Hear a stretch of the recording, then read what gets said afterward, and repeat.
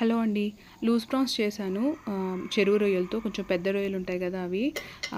ముందైతే నేను చెప్తా కదా ఆల్రెడీ డీప్ ఫ్రిడ్జ్‌లో ఉంటాయి నాకు రొయ్యలు అని చెప్పి.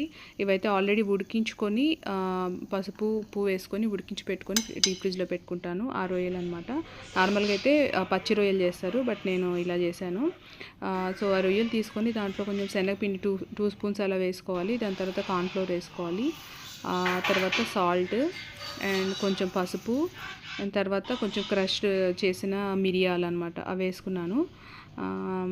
దాని తర్వాత ఇవన్నీ కొంచెం మంచిగా కలుపుకోవాలి. లైక్ ఆ పిండి అంతా కొంచెం కోట్ అయ్యేలాగా లైట్గా మీకు డ్రై ఉంటే కొంచెం లైట్గా వాటర్ వేసుకొని కలుపుకోవచ్చు. దాని తర్వాత ఆయిల్లో బాగా కొంచెం డీప్ ఫ్రై చేసుకోవాలి.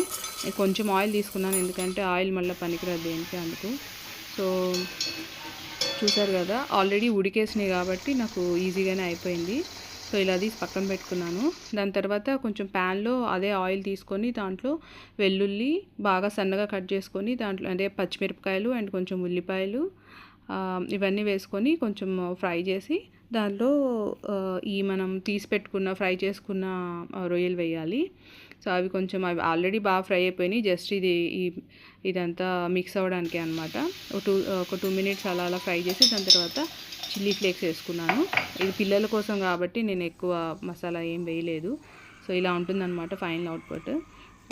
పిల్లలకి చాలా ఇష్టం, చాలా బాగా తింటారు.